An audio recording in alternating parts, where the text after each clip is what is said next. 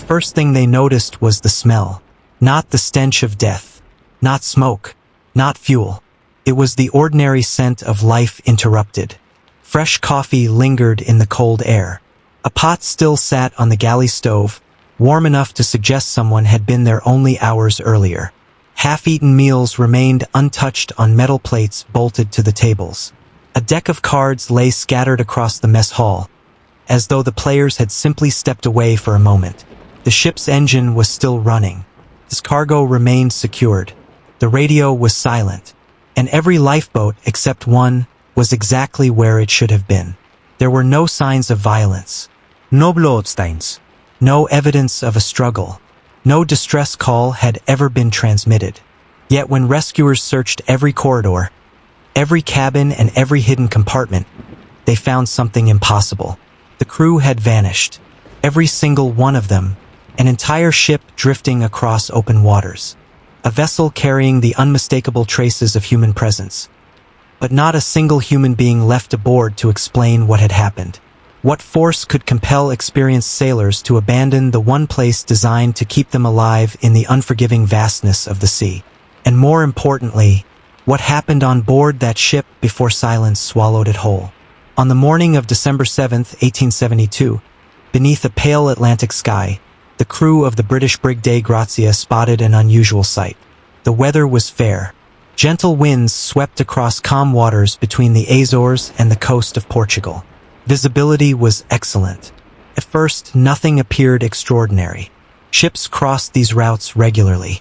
But Captain David Morehouse soon realized something wasn't right.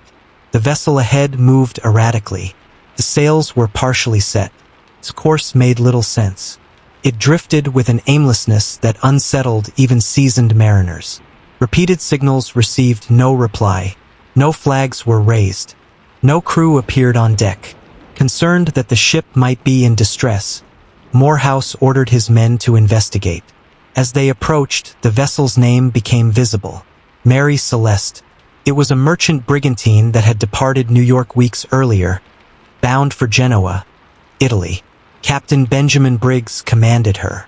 He was respected, experienced, known for caution rather than recklessness. Traveling with him were his wife Sarah and their 2-year-old daughter Sophia. 7 additional crew members completed the voyage. All were considered competent seamen. None had reputations for violence. None were known troublemakers. The boarding party climbed aboard expecting illness, injury, perhaps mechanical failure. Instead, they stepped into one of history's most enduring mysteries. The ship was deserted, not abandoned by time, abandoned suddenly. The deck showed signs of wear but little damage. Cargo remained in place. Personal belongings occupied their usual positions.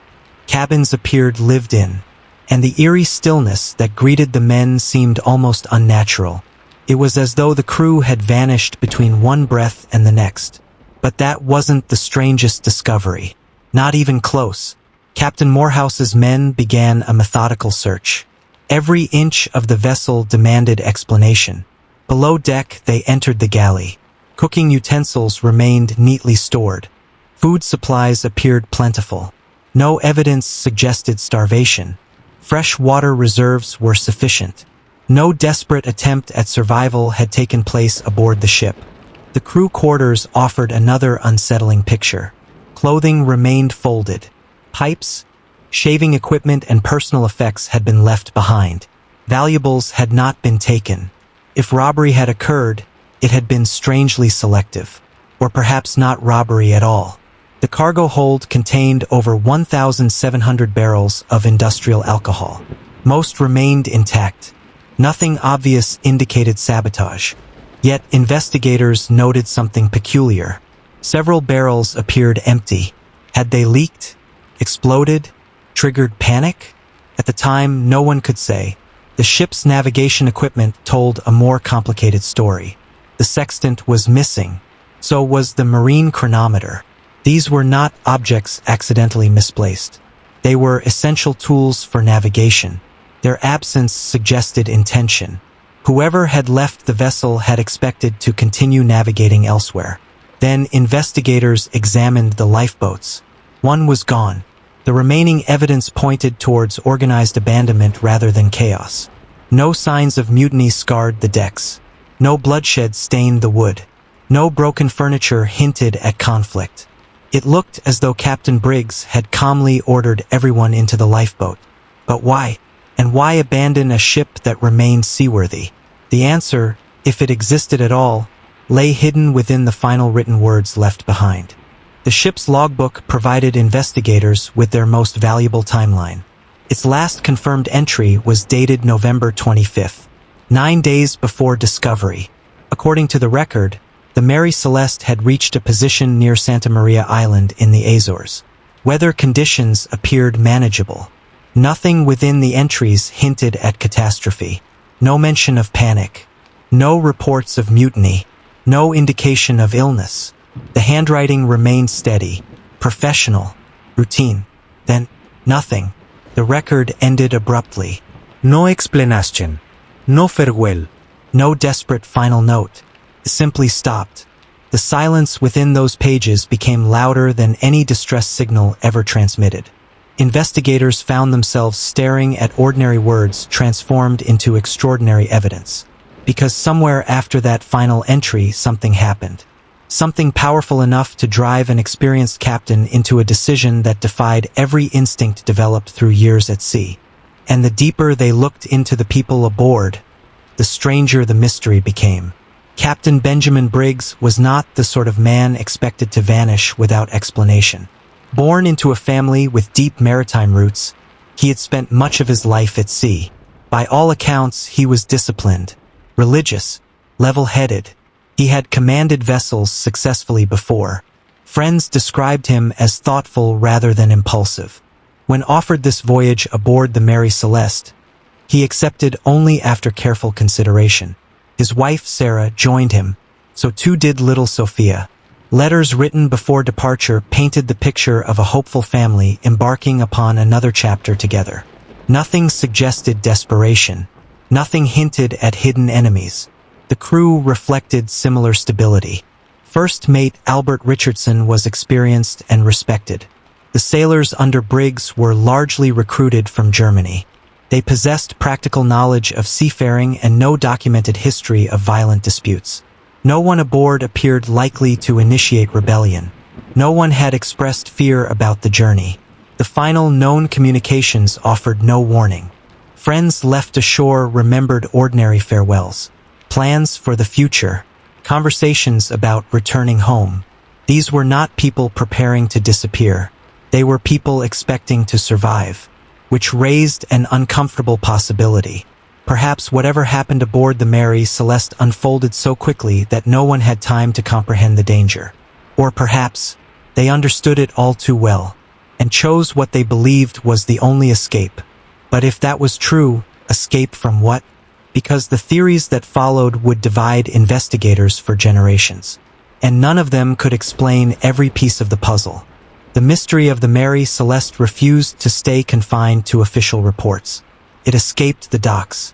It spread through newspapers. It traveled across continents. And with every retelling, one question echoed louder than before. Why would an experienced captain willingly abandon a perfectly serviceable ship in the middle of the Atlantic Ocean? Investigators searched for answers. Writers invented their own. Sailors whispered theories in dimly lit taverns. Over the decades, explanations emerged. Some grounded in reason, others rooted in fear, and a few ventured into territory where fact and folklore blurred into one. But even the most convincing theories left troubling gaps behind. At first glance, the simplest explanation appeared to be violence. Piracy was hardly unheard of during the 19th century. Merchant vessels carrying valuable cargo often attracted unwanted attention. Perhaps the Mary Celeste had crossed paths with criminals. Perhaps her crew had been murdered. Perhaps the attackers had forced everyone into a lifeboat before disappearing into the vast Atlantic. It was a theory that appealed to public imagination. After all, history offered countless examples of ships falling victim to ruthless opportunists. Investigators examined the evidence through that lens. But almost immediately, problems emerged. The cargo remained largely untouched. The industrial alcohol aboard the vessel represented significant value. Yet it had not been stolen. Captain Briggs' personal possessions remained inside his cabin. Sarah Briggs' jewelry had not been taken. Money was reportedly left behind. Even the crew's belongings remained where they had been left. There were no sword marks carved into the deck. No bulitoles. No bloodstains. No signs of a violent struggle. And perhaps most importantly, the ship itself remained seaworthy. Pirates interested in profit would have gained far more by seizing the vessel intact rather than abandoning it. The evidence simply didn't fit. Could skilled attackers have left no trace whatsoever? Perhaps. But as investigators continued their examination, the pirate theory began to sink beneath the weight of its own contradictions. Yet another possibility soon emerged. One that pointed not to outsiders, but to the men already aboard. Few ideas frightened 19th century captains more than mutiny. Life at sea demanded strict hierarchy, trust, discipline. When those bonds fractured, chaos could follow. Could Captain Briggs have lost control of his crew? Perhaps tensions had simmered beneath the surface. Perhaps an argument escalated. Perhaps desperation transformed ordinary sailors into dangerous men. The absence of the crew could suggest rebellion. If mutineers had seized the vessel, they might have forced Briggs, Sarah, and little Sophia into the lifeboat.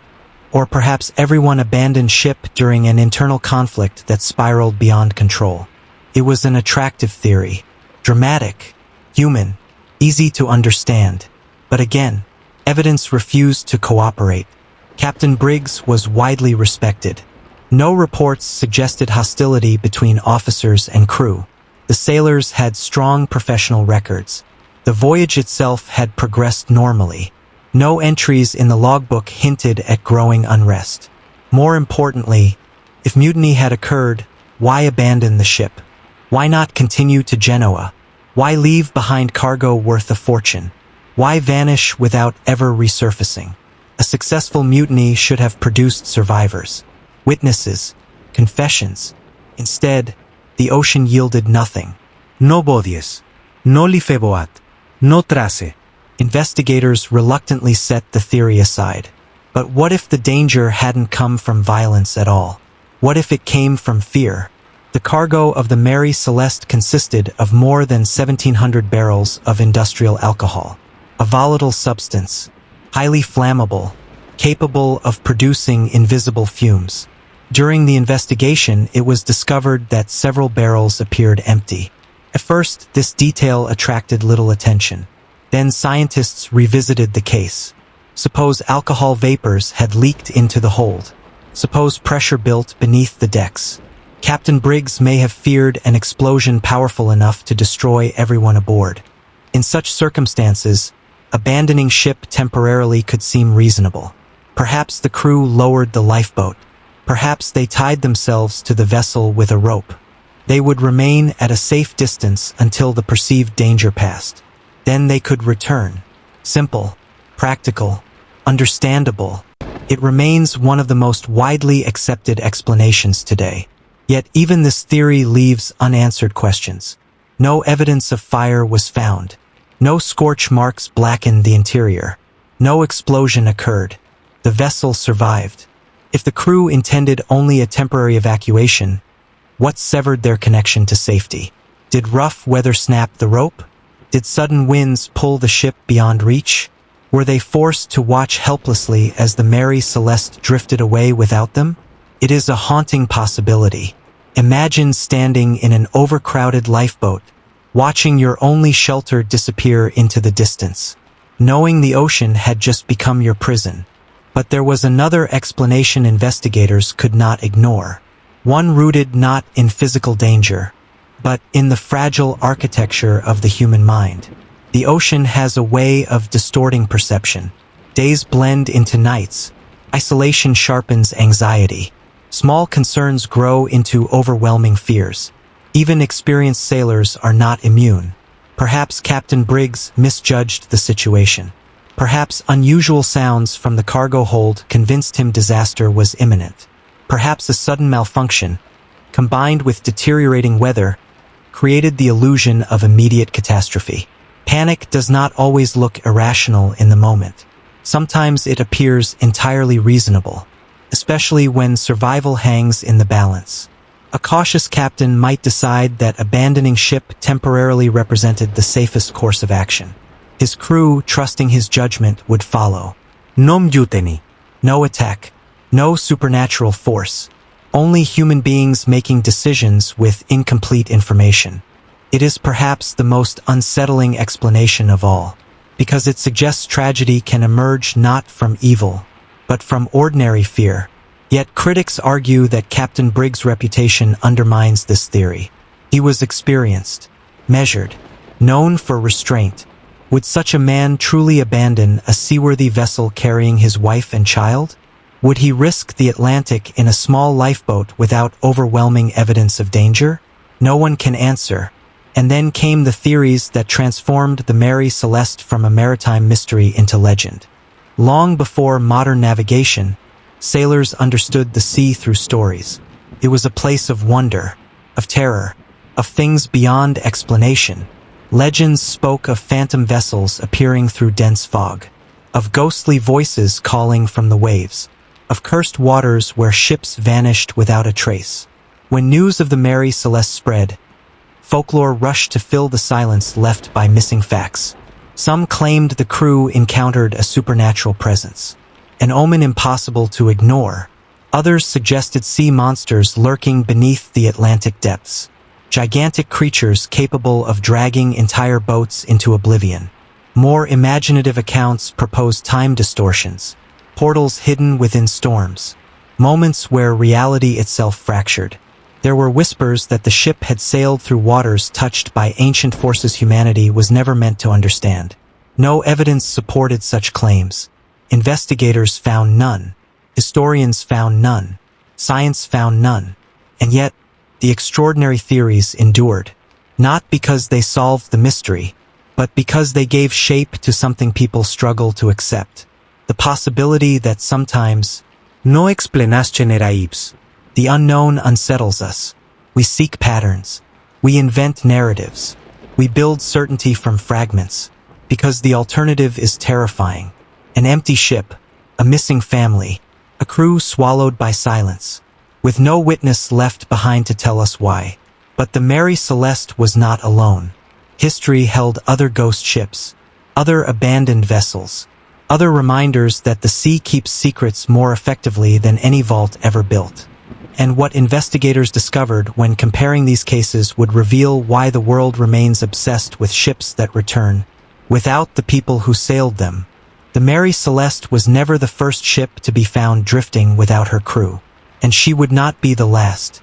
Across centuries of maritime history, the ocean has repeatedly returned vessels stripped of human presence, yet untouched by the obvious signs of catastrophe. To sailors, these stories were warnings. To investigators, they were anomalies. To the public, they became legend, because the idea of a perfectly functioning ship engine, sails, cargo intact, yet entirely empty of life strikes at something deeply unsettling in the human mind. It suggests absence without explanation, departure without reason, a story that begins mid-sentence and never concludes. Long before the Mary Celeste, there were earlier reports of abandoned vessels crossing trade routes in the Atlantic and Caribbean. Some were damaged by storms, others clearly struck by disaster. But a few cases echoed the same disturbing pattern. Food still prepared, navigation tools missing, lifeboats gone, and no bodies recovered. Even in modern times, similar discoveries have occurred. Fishing vessels found adrift in the Pacific. Cargo ships recovered with intact systems but no crew aboard. Aircraft like precision of abandonment, as though entire teams had stepped away simultaneously and never returned. Yet none of these cases captured the imagination like the Mary Celeste, because she represented something more refined, more complete, a mystery with all the pieces present, except the people. And so investigators turned back to the most famous ghost ship of them all, searching for patterns hidden within her silence. When historians examined other maritime disappearances, they noticed recurring themes. Not identical circumstances, but familiar echoes, A vessel leaves port normally. Weather conditions appear manageable. Communications are routine. Then, without warning, contact ceases. In some cases, ships are later found intact. In others, they are never seen again. The difference with the Mary Celeste was not just her survival, but her preservation. Nothing aboard suggested collapse. No storm damage. No structural failure. No visible catastrophe. It was as though life itself had been selectively removed from the equation. This detail set her apart from shipwrecks and sinkings, and it forced investigators to confront a more uncomfortable question. What kind of event removes people, but leaves everything else untouched? The answer remained elusive, and the deeper investigators searched, the more the mystery resisted resolution. Until finally, attention returned to a single clue that had been overlooked in early reports. A detail so small it barely registered at first, yet so significant it reshaped every theory that came before it.